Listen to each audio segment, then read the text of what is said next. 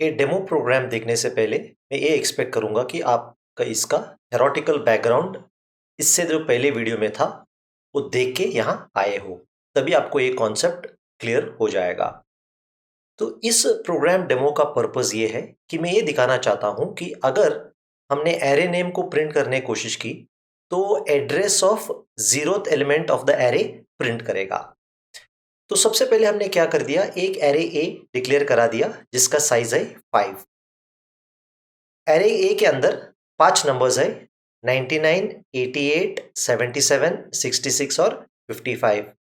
और हमारा दूसरा नॉर्मल इंटीजर टाइप वेरिएबल है बी जिसका इनिशियल वैल्यू है 10। जब मैं बी को प्रिंट करने की कोशिश करूंगा तो 100% आपको 10 प्रिंट होगा। लेकिन जब उसी तरह मैं ए को प्रिंट करने की कोशिश करूंगा तब कंपाइलर मुझे एक वार्निंग देगा, वार्निंग के साथ वैल्यू भी देगा, लेकिन जरूर एक वार्निंग देगा। तो चलिए सबसे पहले हम देखेंगे कि कंपाइलर हमें क्या आउटपुट दिखा सकता है।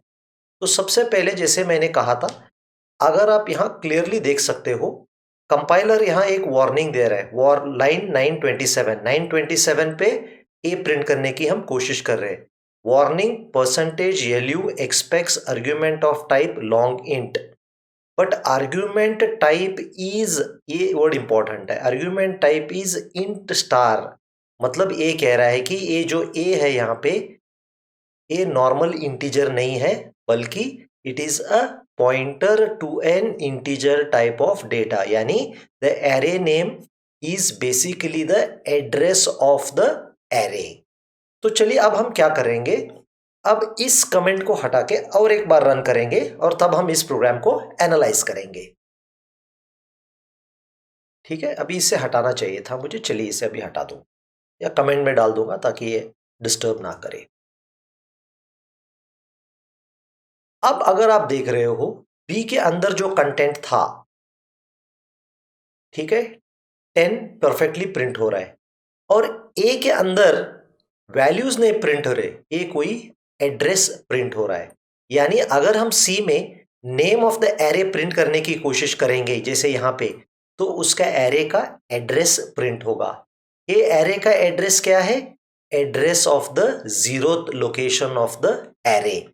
इसे प्रूव करने के लिए मैं क्या करूंगा, पहला स्टेटमेंट में मैं address of the zeroth location print करने की कोशिश करूंगा। तो यहां पे मैं क्या कर सकता हूं, अनसाइंड इंट, ठीक है, और एड्रेस ऑफ ए ऑफ 0, ठीक है, एड्रेस ऑफ ए ऑफ 0। जब मैं ये प्रोग्राम एग्जीक्यूट करूंगा तब आप देखोगे कि लाइन 9 और 10 पे जो भी कंटेंट है दोनों सेम आना चाहिए। रुकिए, मैंने कुछ गलती कर दिया, address of A of 0, A of 5, unsigned, sorry unsigned hint करा दिया मैंने, यहाँ अनसाइंड लॉन्ग होना चाहिए क्योंकि एड्रेस का साइज काफी बड़ा है, इसलिए ओवरफ्लो के कारण वो सही नहीं दिखा रहा था। तो चलिए अब आप देख लीजिए यहाँ पे एड्रेस ऑफ ए ऑफ 0 वो भी 35424 है, एड्रेस ऑफ द एरे वो भी सेम है 35424। तो इसका मतलब क्या है, the name of the address refers to the, sorry, the name of the array refers to the address of the zeroth location of the array or the starting position of the array where the array memory में store किया जाता है। तो इससे clear है कि array का नाम मतलब एड्रेस ऑफ द एरे, यानी एरे का स्टार्टिंग पोजीशन मेमोरी में क्या है उसका एड्रेस हमें दिखाई देगा। तो ये कॉन्सेप्ट प्रूव हो गया है कि array name is equal to address of zeroth element of array.